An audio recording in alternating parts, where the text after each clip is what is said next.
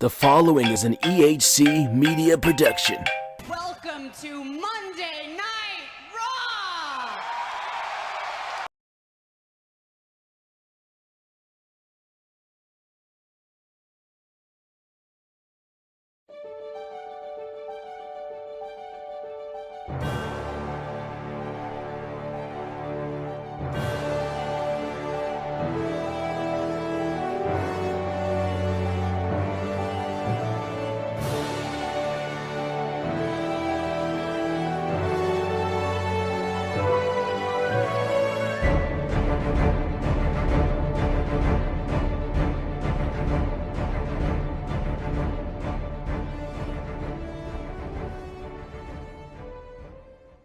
Yo, alright, get my face. It is March 23rd, 2018. WrestleMania is like 2 weeks away. And, as you know, I went to Elimination Chamber. That was amazing. But as far as I knew, I wasn't going to be able to make it to WrestleMania because of a lot of issues. It's a lot of money. It's a lot of time off work. It's a lot of I'm scared to fly. A lot of issues. But this sounds crazy to say, but I think it might have all gotten worked out. I think I might be going to WrestleMania.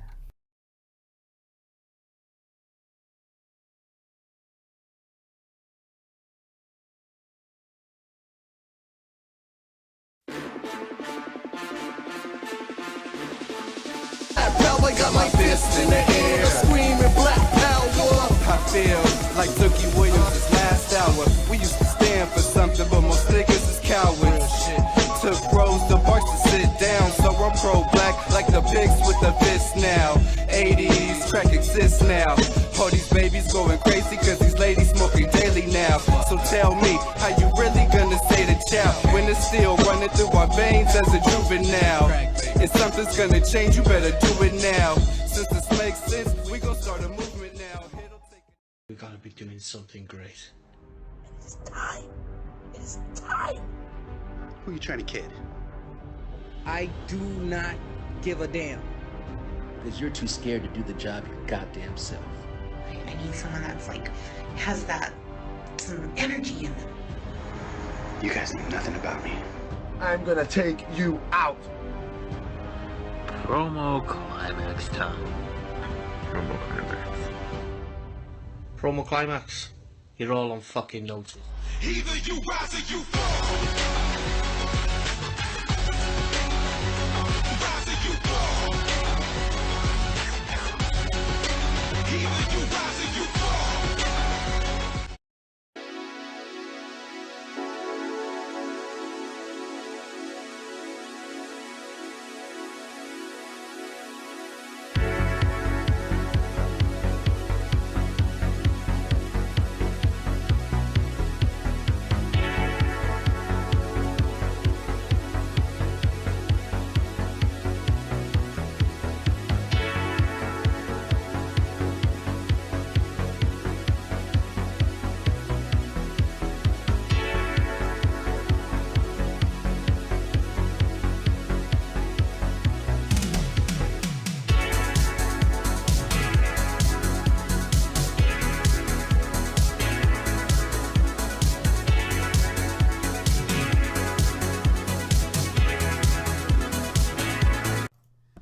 What's going on, RWT family? This is Mike Larkin. Welcome to episode 21 of The Future Is Now. Going to be very brief tonight, I'll be honest with you. It's early mornings of Sunday, December the 9th. Been a long week. I'm going to say this right now, off topic from wrestling. If you've not seen Creed 2 yet, go out of your way to see Creed 2. Great movie. Saw it last night with the folks. Awesome stuff. My ass is tired. We had a lot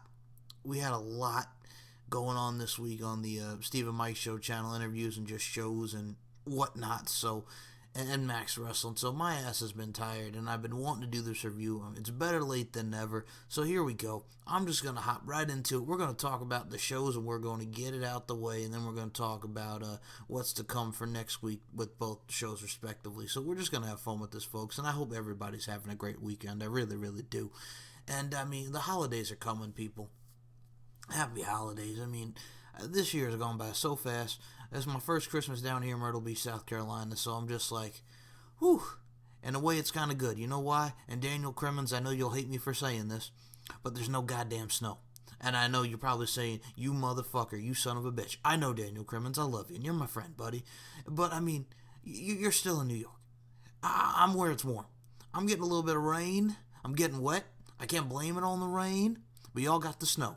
And as Harvey the Mailman once sang on Hey Arnold, I hate the snow. I hate the snow. So that's all I got to say to you, Daniel Crimmins. Much love to you, my friend. Anyway, I digress. So we're going to talk about NXT and 205 Live from this week, episode 21. The future is now. Here we go. So as always, we're going to start off with 205 Live in order, because 205 Live comes on before NXT on Wednesday night at 7 p.m. Eastern. We started it off with Drew Gulak and Brian Kendrick. Brian Kendrick had Akira Tozawa in his corner. Jack Gallagher was in Drew Gulak's corner. Man, this was great technical prowess. I mean, working on Kendrick's leg. The Tiger suplexes from Brian Kendrick were sweet to Drew Gulak. These two had a great brawl and a great technical wrestling prowess from Gulak. I mean, it was a great matchup. The finishing sequence comes where Kendrick sends Gulak to the floor. Jack Gallagher sends Tozawa to the ring post. Kendrick hits a slice spread number 2 on Gulak, and Gallagher breaks it up for disqualification. Brian Kendrick beats Drew Gulak by disqualification. After the match, Jack Gallagher hits punches, but Kendrick punches Gallagher back. Gulak applies the Gulak, the Dragon Sleeper, onto Kendrick. Tozawa stopped by Gallagher with a series of knees. Then he hits Tozawa with the headbutt, and then Kendrick passes out to the Gulak. So that will lead to a tag match for the future. We take a look at Cedric Alexander and Mustafa Ali last week, beating Buddy Murphy and Tony Nese. Then Drake Maverick is sitting down with Buddy Murphy, and he mentions the rise of Buddy in 2018. He mentions that Buddy is one of the most polarizing people on 205 Live. You made yourself some enemies, including Cedric Alexander. The match will be nothing like their previous matches. There will be no home field advantage. Buddy says he's glad that he's facing Cedric again. It took 2 men to beat him last week. Mustafa Ali is his tougher opponent. If you want to prove to everyone how good you are, let's do it next week. Leave your friends behind. Buddy says he will let Drake decide their opponents. Buddy says if that was too polarizing, then he walks away. Then we get the absolute desecration of Clay Roberts as Arya Daivari, making his in-ring return, takes on Clay Roberts, pretty much punches the living shit out of him, Irish whips him, hits him with a kick. Pretty much, we see Hideo Itami watching because Arya Daivari and Hideo Itami have this little alliance going on. He slaps Roberts, hits him with the hammerlock clothesline, picks him up, hits a second hammerlock clothesline, then hits him with 3 more clotheslines, and then another clothesline, and then Clay Roberts is down on the mat. The referee calls it due to referee stoppage. Arya Daivari is your winner over Clay Roberts. And, yeah, I mean, it's just, we're going to probably see an alliance with Hideo Itami and Arya Daivari. And this was fine. I know how good Arya Daivari is, just to showcase his dominance, and Clay Roberts was his dominance. That's pretty much what it was. It was a massacre. And then we get Mustafa Ali. Says, we all fall. The hardest part is getting back up. At Survivor Series, he took that fall. Now he gets back up. Last week was a good first step. Ali says he's proud that his boy, Cedric, is getting what he deserves. Ali says when it's his turn again, whether it is friend or foe, you better be ready to fight for your life because he will be. Cedric's in the interview area. He's asked about his reaction to Buddy Murphy's comments. Cedric says it strikes a nerve when Buddy says that Ali is better. Cedric says that he will not let Ali take his spotlight. Then Cedric laughs and says he's not going to let Buddy flip the page. Cedric accepts the challenge and will take out whoever is put in front of him. Then we get a commercial break. We come back. Noam Dar is on the screen. He says he wants to be taken serious now. He needs to be taken seriously now. Buddy Murphy cost him a chance against Tony Nese, which he did. So Noam challenged Buddy to face him in the ring to see why he is the star player of 205 Live. So next week we're going to get Buddy Murphy versus the Supernova, Noam Dar. And that brings us to the main event of 205 Live. It's the Tornado Tag Matches. Kalisto and Lince Dorado of the Lucha House Party take on Mike Kanellis and TJP. My God. Kalisto, Hurricane Ron, and TJP into Mike Kanellis. Mike Kanellis hitting Lince Dorado with a Russian leg sweep off the apron. I mean, just these two back and forth. Just the DDTs, the Irish whips, the Hurricane Ranas, the dives to the floor. My God. It was really, really good. And these two just, the double superplex spot off the shoulders. of Canelo, and Canelo stops Kalisto, and Kalisto gets Dorado on the shoulders, sends him to the floor. Just there's a unique spot where he does a suplex off the back. These two just really, really went balls out, and it really showcases the high-octane aerial assault that these athletes have, and just the greatness that is these tornado tag matches. I've loved every one that they've had with these. I believe they've done one with the Lucha House Party and Gulak and Gallagher and just the whole nine and more. Oh, my God. I mean, Kendrick, I think, was involved, but it's just been so damn good with Lucha House Party and Tornado Tag matches, respectively. So the finishing sequence comes where Dorado and Kalisto hit a double suplex onto the pinatas, and Canelo breaks up the cover onto TJP. That was another thing. They put out these little mini pinatas, and TJP had superplex on him. Canelo sends Dorado to the floor. Kalisto sends Canelo to the floor, TJP with a power bomb. TJP tells Canelo to get the pinatas. Kalisto kicks TJP, and Maria takes the pinata for a moment. Kalisto tosses the pinata to Maria, and Kalisto with an assisted Salida del Sol on TJP. Dorado hits a shooting star press onto TJP for the 1-2-3. Your winners, the Lucha House Party, Lince Dorado and Kalisto in the Tornado Tag Team matchup. We are told that Noam Dar will face Buddy Murphy next week, and Cedric Alexander will take on a man who's beaten him multiple times, Tony Nese. So Tony Nese, to close out 205 Live, says that last time he faced Cedric Alexander, not only did he beat Cedric, he broke him. Tony says he knows Cedric more than anyone on 205 Live. The match between Buddy and Cedric will not happen because Cedric will not recover from their match next week. And that was your 205 Live. Go out of your way to watch Brian Kendrick and Drew Gulak. Very good matchup. Go out of your way. I mean, it's quick. You can watch Arya Davari, but I mean, it was a quick showcase match. But really go out of your way to watch that main event of Kalisto and Lince Dorado versus TJP and Mike Kanellis Tornado Tag Team action. It's a good one, and you won't be disappointed. So that is your 205 Live. Now we're going to head on over to NXT. Opening matchup is Matt Riddle, versus Punishment Martinez, the debut of Punishment Martinez. Great talent, seen him in Ring of Honor, loved his work with BJ Whitmer and Kevin Sullivan, former TV champ. Punishment Martinez, for his size, the dude can go, and he's a very daunting individual. So Matt Riddle's got him in some sleeper holds, punches going back and forth, and kicks. Martinez with punches in the corner, hits a chop and a clothesline. Matt Riddle with punches and strikes, but Martinez goes for a choke slam. Riddle hits a chop and a kick to escape, hits the round kick to the temple, hits the elbows to the chest, and he applies the bro mission, and Punishment Martinez taps out. Your winner is Matt Riddle. Cassius Ohno appears on the stage behind Riddle when Matt has his back to the entrance. Ohno with the rolling elbow to knock Riddle off the ramp, so the Matt Riddle-Cassius Ohno feud continues. And then we take a nice little video package featuring Ricochet. Ricochet's been asked about being the highlight reel in NXT. Ricochet says it feels great, but he did not come here to be the highlight reel. He came to NXT to win when he has a North American title. Ricochet says he has not lost a takeover. Ricochet says he will defend the North American title next week, but we don't know who his opponent is.